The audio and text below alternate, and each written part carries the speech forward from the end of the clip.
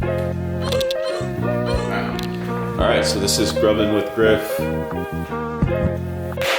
Welcome back to Grubbin with Griff. So in the past, we've worked on some cooking skills, if you can call French toasting pizza that. However, today we are going to be making chocolate chip cookies. One of the most iconic kitchen recipes. Any home baker has to have a good chocolate chip recipe underneath their belt, to be able to pull out for all those emergencies that come up in your life where a chocolate chip cookie can really just fix everything for you. This ain't your mama's chocolate chip cookie, okay? Especially if your mom's chocolate chip cookies are actually the recipe off the back of a Nestle bag of chocolate chips.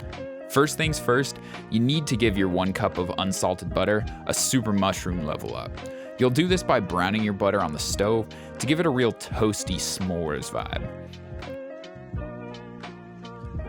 To brown butter, you must use the right tools.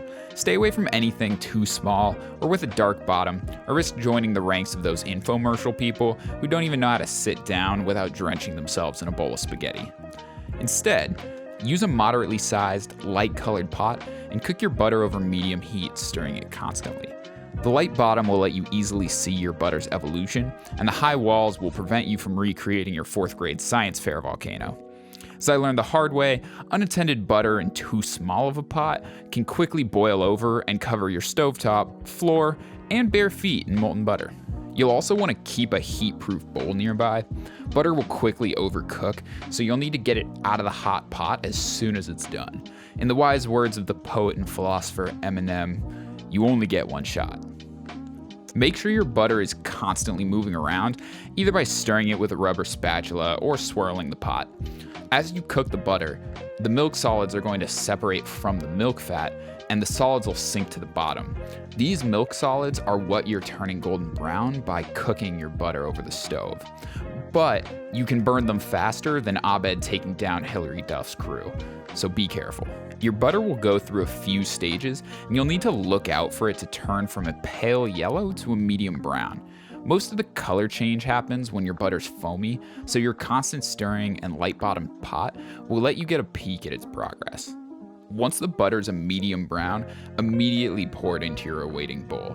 At this point, your butter will be too hot to use in future steps, though you'll still want it to remain as a liquid, so carefully put your butter into an expertly organized fridge. Make a note to give Marie Kondo a call later.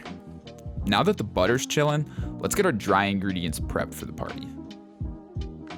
In a medium bowl, combine 2 cups of all-purpose flour, 1 teaspoon of baking soda, and 3/4 of a teaspoon of salt. One of the aspects that makes a consistently good cookie is the homogeneity of ingredients. Every ingredient should be evenly incorporated into every cookie, and pre-mixing your dry ingredients and wet ingredients separately will help you accomplish this. I would go into the science of it, but I bet you're still thinking about that 4th grade science fair trauma that I brought up earlier, so suffice to say that mixing flour and water begins gluten development. Trying to mix ingredients in after this point will turn your cookie dough into a bread dough. Next, we'll start our wet ingredient mixture, so you'll need to grab your cooled butter from the fridge. Marvel at the smells greeting you, and accept the fact that you will never make cookies without browning your butter ever again. In a large bowl, the one that your final cookie dough will call home, combine 1 cup of packed brown sugar, 1/3 cup granulated sugar, and your cooled butter. Bonus points if your measuring cup volume labels washed off in the dishwasher, so it's entirely possible that you're making this recipe wrong and immortalizing it on the internet forever. Once the sugar and butter are well incorporated, add 2 eggs and crack your eggs directly into the mixing bowl, because if someone finds a chunk of shell in their cookie, it was fate, and you don't want to be the one who messes with fate. Add 2 teaspoons of vanilla and beat on medium-high until it thickens and lightens in color. Next, let's add our dry mixture to the wet. Add the dry ingredients in batches and slowly mix to prevent your kitchen from looking like Tony Montana's home office. After hearing that advice, mix with a little bit of the flour mix anyways, just to show everyone that all of the cooking is an art, baking is a science thing is really a myth, since you're still going to end up with the best cookies of your life. Once you've scraped down the sides of the bowl and your dough has just come together with no dry flour remaining in it, you get to add all of the pizzazz.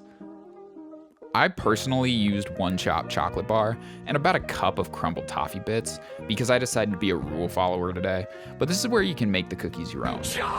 If you stick with chocolate and toffee like me, chopping your chocolate will give you regularly sized chocolate in your cookies for more variety, plus the sharp edges will inform the rest of the people in your household that you are not to be truffled with. Kitchen law demands that any stray or particularly delicious looking pieces of chocolate are deemed as chef snacks and consumed immediately. You do not want to anger the kitchen gods, trust me.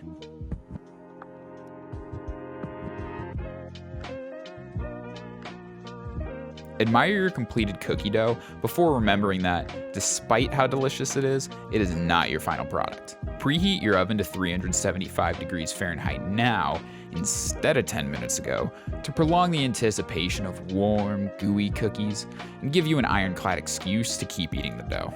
Line a baking sheet with parchment paper and place golf ball-sized mounds of cookie dough at least 3 inches apart from each other. Bake your cookies for 9 to 11 minutes. Resist the urge to pull a Drake Bell and eat the cookie soup bubbling up in your oven. Mine needed about 9.5 minutes, though they'll need closer to 11 if the dough is coming straight out of the fridge. Look out for the edges of each cookie to turn golden brown while the center is still a little soft. Bigger cookies will take a little longer and be gooier in the middle, whereas smaller cookies will turn out a little bit firmer. Remove them from the oven and slide them onto a cooling rack to stop them from overcooking and losing that beautifully soft center. Ooh, baby! Baby!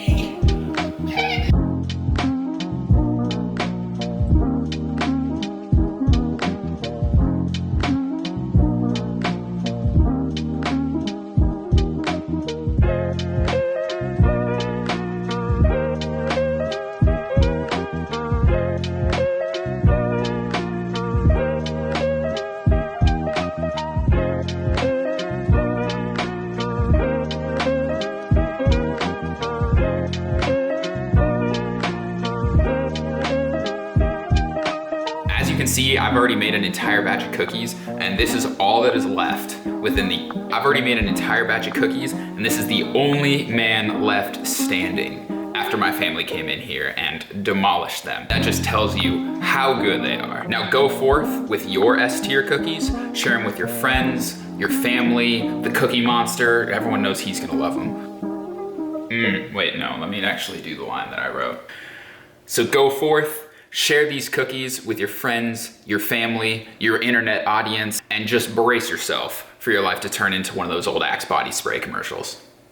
Yeah, that's pretty much it. Swagoo. Grubbin' with Griff, episode 2. That's a wrap, baby. Like and subscribe for new videos on the same schedule as Bro Science Life. That should give me some breathing room.